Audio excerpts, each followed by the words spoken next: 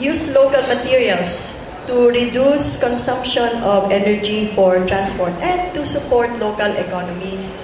Okay? Using local materials also aids in designing with a regional look. So if you want to, and this is another lecture on Filipino architecture, Filipino landscape architecture, we propagate our culture by allowing culture the chance to be exhibited in our design. So regional look using local materials. Reduce the urban heat island effect. This is in LEED. Shade constructed surfaces on site with landscape features like trees and other vegetation. Consider replacing constructed surfaces such as roofs, roads, and sidewalks with vegetated surfaces. If I were to discuss eco roof under LEED, I can show you pictures of beautiful places. I did, no? Beautiful places that have gardens on their roofs, even sloping roofs that have gardens. It's an old technology in Europe. Okay, number 5 is the last one on human well-being. It only says that somehow we must not forget that whatever we design in architecture and in landscape architecture, it is really for the benefit of the human being, di ba?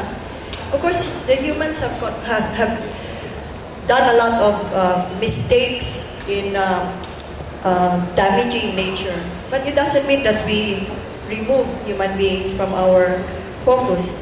So we need to bring back nature for human enjoyment, to improve the quality of life. Okay? We must avoid designing sites that ignore the benefits, the human benefits of healthy green environments, and those that fail to provide opportunities for physical activity, restorative and aesthetic experiences, and social interaction. It's very lonely to have landscapes like this. Okay, so good practices include providing landscapes for physical activities, because right now our kids are back home enjoying computers. They do not know how to play patintero, shato, tuksong tinik, and the like. Look at us, our generation, diba? We're very nice and cheerful and happy because we did not have computers before. But now, if you allow your kids to just enjoy virtual landscapes and virtual environments, it might be bad for the next generation. Please take them out to the outdoors and enjoy the landscapes and have activities like biking, etc., etc., and combat obesity in the process, improve your cardiovascular health, and increase longevity. This is my favorite. Okay. Let's now look back at edible gardens. So many years ago, when I was still new in landscape architecture, a potential client asked me, what is a Filipino garden? And I answered quite instantly at the time. But after I answered him, I said, it's an edible garden. And so he pictured bahay kubo immediately. And he must have looked at me with disdain, thinking na, I'm not going to get you as a landscape architect if you're going to make my garden a bahay kubo garden. My friend nudged me in my elbow. Para bang, don't say that because you might lose a client. But I never regretted saying that thing to him, because right now, or in the near future, the wealth of a person might not be measured in terms of the cash that he holds in his pocket or in the bank, but by the amount of food that he can generate in his own garden. So to those who belong to my generation, remember the movie Soylent Green? Yes, my God, I have plenty of friends in my generation here. Soylent Green, that movie is so horrible. It talked about the time, the future, when nobody could grow food anymore. And in that story, there was a person who had a little pot that had one really nice juicy tomato. And it was being hidden from the others kasi it's against the law to be to be hiding natural food in your possession. And you know what Soylent Green is?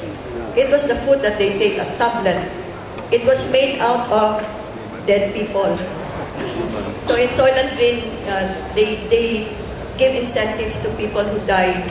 They put them in a room and they flash back the nice landscapes that we still enjoy now until the person dies, and then he's brought to the factory to be converted into Soylent Green food. That movie haunts me to this day, okay? So please don't let that happen in this generation. Plant the food now in your gardens. I assure you it is fashionable to put okra, talong, singkamas at talong, sigarilyas at mani. All of them. I teach that in UP, so I'll teach that to you too. Okay, and lastly, of course, we do this all the time. We provide spaces for social interaction to allow people to gather, interact, and build relationships. Shared green spaces help strengthen social ties among neighbors. No matter what, we cannot live as an island. We have to be part of society. So one overlapping element is the outdoors, the landscapes. So I think I'll end here because the next set of slides delves deeply into LEAD, but it might take another hour to do that. So let me just say thank you for listening to the lecture, and I think it's time for question and answers. Thank you very much. Is there anybody in the group who would like to pose some questions to Architect Espina? Anyone? Yeah. While you're preparing your questions, there's Architect Reformado. This is just about the golf course development. I know. Because, when they develop golf course, and then they have also an area surrounding the golf course for premium residential area. Actually, they are selling this higher because they said, oh, you are very accessible to the golf course. What can you say about that? Well, we had a graduate student in UP Architecture who did a thesis that is an antithesis to golf courses. I can show you the report. There is actually a group called Moratorium on Golf Courses in Japan. They mapped and counted and measured the rate at which golf courses are sprouting all over the world, especially in Asia. But this group is very, very quiet. They are not given media coverage. They are ignored by the golfers because golf is a big industry. But, if you just look at it from the hazards, okay? So, if there are golf developers here, there are also alternatives now to the use of materials in golf courses. So, to answer your question directly, the high value of this housing is due to its proximity or maybe the view that they see of the golf course. Because, how can you not like looking out to a golf course? Very wide expanse of green. Also, they are marketed to the golfers themselves who might just want to live there like golfing. So you live there and you golf every day. Okay, but the air quality in a golf course is bad. It contains a lot of pollutants. And even if you are at a distance from the golf green, the air carries the pollutants to your house. So they have been already monitored and recorded. So that report, the thesis was done so many years ago. I'm sure there are more newer information about it.